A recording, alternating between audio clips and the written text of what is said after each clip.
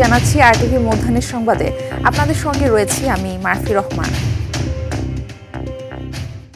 বিস্তারিত সংবাদ জানাবো। গতানুগতিকভাবে কাজের সুযোগ নেই, মানুষ এতদিন ভোট দিতে পারেনি। দেশের মানুষের ভোটাধিকার ফিরিয়ে দিয়ে স্বচ্ছ ও নিরপেক্ষ নির্বাচন করবে কমিশন, একথা জানালেন প্রধান নির্বাচন কমিশনার নাসির উদ্দিন। নির্বাচন প্রশিক্ষণ ইনস্টিটিউটে ভোটার তালিকা হালনাগাদ নিয়ে কর্মকর্তাদের প্রশিক্ষণ অনুষ্ঠানে একথা বলেন তিনি। এ সময় নির্বাচন কমিশনার আনোয়ারুল ইসলাম বলেন, আওয়ামী লীগের সময় সব নির্বাচন প্রশ্নবিদ্ধ হয়েছে, তাই কমিশনের সবচেয়ে বড় চ্যালেঞ্জ ত্রুটিমুক্ত ভোটার তালিকা করে সুষ্ঠু ভোটের মাধ্যমে কমিশনের ভাবমূর্তি ফিরিয়ে আনা।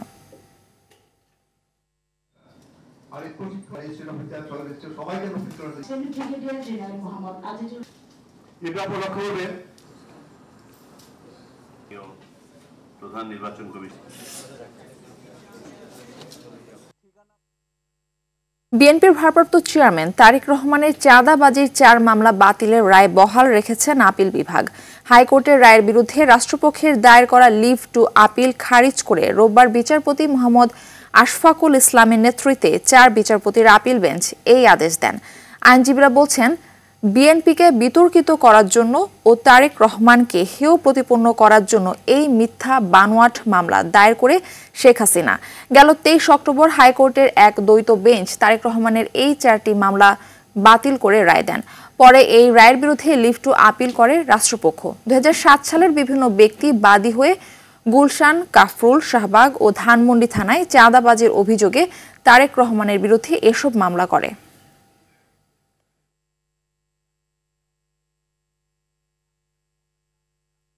যত মামলাই হয়েছে সবগুলোই উদ্দেশ্যপ্রণোদিত এবং রাজনৈতিক উদ্দেশ্যপ্রণোদিত, সেই কারণে তিনি খালাস পেতে পারেন।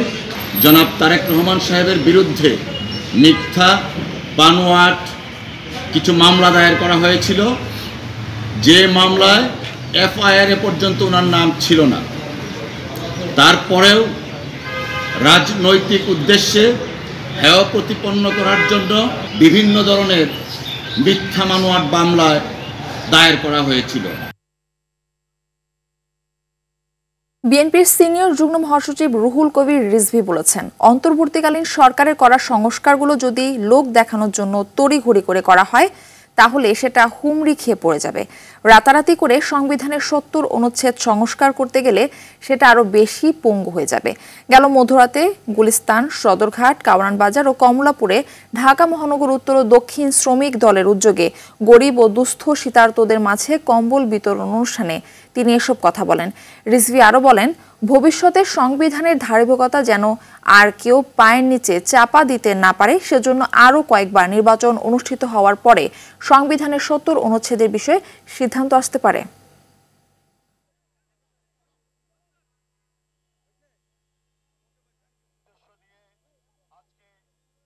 ডক্টর ইউনূস সাহেবের সরকার কয়েকটি সংস্কার কমিশন করেছে, সেটা জনপ্রশাসন, পুলিশ, বিচার বিভাগ, সংবিধান, অনেকগুলো সেক্টরের সংস্কারের কমিশন। আপনারা নানা বিষয়ে সংস্কার করুন। এই সংবিধানের মধ্যে শেখ হাসিনা যে বাকশালী চরিত্র দিয়েছে, যে ফাঁসিবাদী চরিত্র দিয়েছে, সেগুলোকে আপনারা মুছে ফেলুন।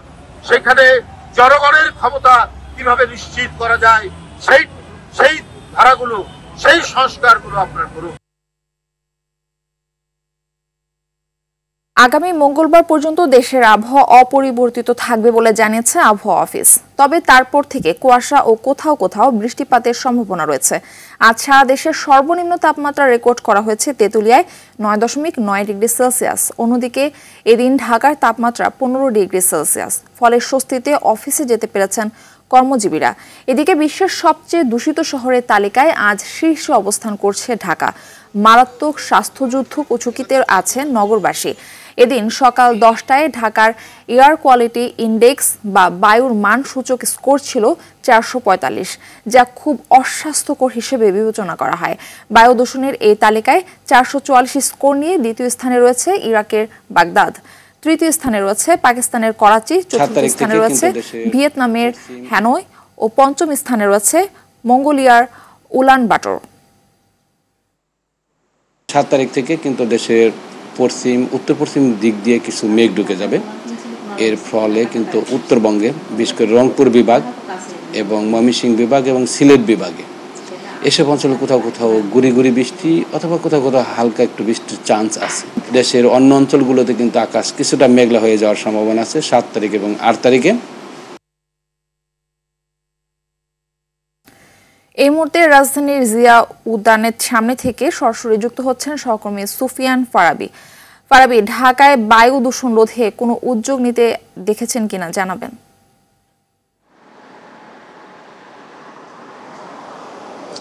মারফি, আমরা রয়েছে এই মুহূর্তে আপনি যেমনটি বলছিলেন জিয়া উদ্যানের সামনে। আমরা সকাল থেকে আমরা আবহাওয়া পরিস্থিতি আমরা পর্যবেক্ষণ করছি। আমরা যেমনটি জানছিলাম যে শীতের তীব্রতা কিন্তু একটু কমছে এবং উষ্ণতা বাড়ছে। আর বৃষ্টিপাত না হওয়ার কারণে কোনো ধরনের বৃষ্টিপাত কিন্তু আমরা শীতের মৌসুমটাতে সাধারণত বৃষ্টিপাত হয় না, যার কারণে হচ্ছে ধুলোবালি এবং দূষিত বায়ুর যে প্রভাব এটা অনেকাংশে বেড়ে যায়। আমরা সকাল থেকে দেখেছি স্কুলগামী যেসব শিক্ষার্থীরা রয়েছেন, কলেজের শিক্ষার্থীরা রয়েছেন, ইউনিভার্সিটির শিক্ষার্থীরা রয়েছেন, তারা কিন্তু মাস্ক ব্যবহার করেছেন এবং মাস্ক ব্যবহার করেই তারা হচ্ছে যার যার শিক্ষা প্রতিষ্ঠানে যাচ্ছেন। এবং কর্মজীবীরাও কিন্তু আমরা প্রত্যেকেই দেখেছি যে স্বাস্থ্য সচেতনতা তাদের মধ্যে বৃদ্ধি পেয়েছে এবং তারা নিজ নিজ উদ্যোগে তারা সচেতন হওয়ার চেষ্টা করছেন।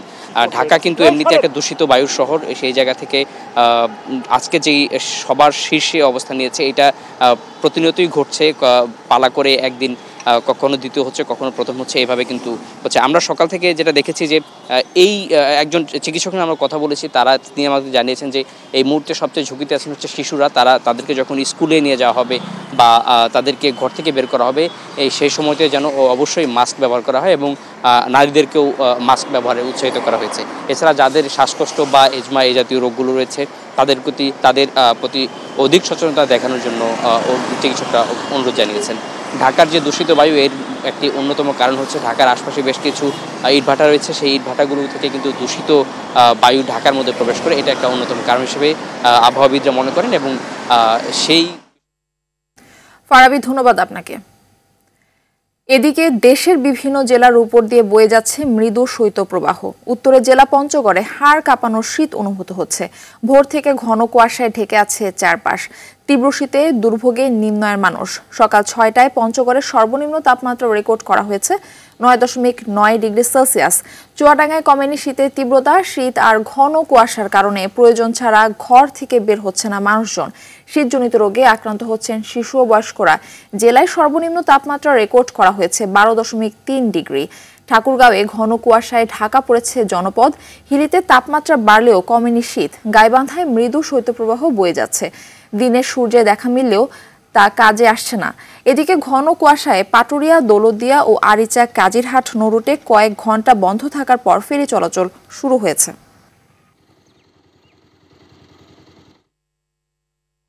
কারিগরি ত্রুটির কারণে 1.5 ঘন্টা বন্ধ ছিল ঢাকা স্টক এক্সচেঞ্জ ডিএসই এর সব ধরনের শেয়ার কেনাবেচা। তবে সার্ভার সমস্যা সমাধান হলে 11:30টায় ফের শুরু হয় লেনদেন। ডিএসই এর পক্ষ থেকে জানানো হয়েছে সার্ভারজনিত যান্ত্রিক ত্রুটির কারণে কার্যক্রম বিঘ্নিত হয়েছে। তবে শেয়ার বেচাকেনায় বিনিয়োগকারীদের অসুবিধায় পড়ায় লেনদেনের সময় 1 ঘন্টা বাড়ানো হয়েছে। স্বাভাবিক সময়ে দুপুর 2টা পর্যন্ত লেনদেন হলেও আজ বিনিয়োগকারীরা শেয়ার বেচাকেনা করতে পারবেন দুপুর 3টা পর্যন্ত। দর্শক, ভরা মৌসুমীয় চালের দাম বেশি। গেল এক সপ্তাহে বেড়েছে কেজিতে 10 থেকে 12 টাকা পর্যন্ত। এ বিষয়ে জানাতে বরিশাল থেকে আমাদের সঙ্গে সরাসরি যুক্ত হচ্ছেন সহকর্মী আরিফুল ইসলাম। আরিফ নিশ্চয়ই শুনতে পাচ্ছেন। আরিফ, চালের দাম বেশি থাকার কারণ কি বলছেন ব্যবসায়ীরা, জানাবেন।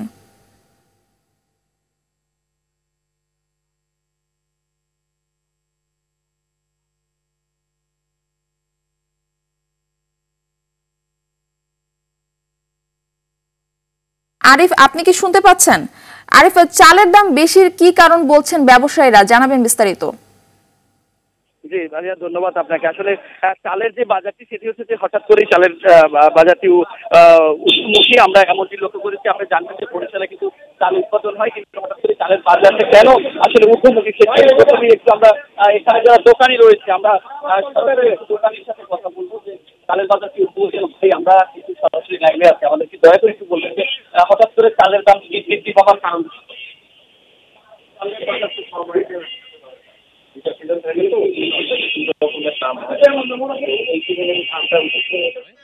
তো এই সিজনে যে ধানটা উঠেছে এটার দাম এখন আগের থেকে যা ছিল, 1 মাস আগে যা ছিল তার থেকে কেজিতে 5-6 টাকা এখন কমেছে, মোটা সন্না। আর 28 জাবলামের মধ্যে ওগুলো আগের মতো এভারেজ আছে, আগে যা দাম ছিল 2 টাকা 1 টাকা কমছে বাড়ছে। আর চিনি গুঁড়ো একই রকম আছে।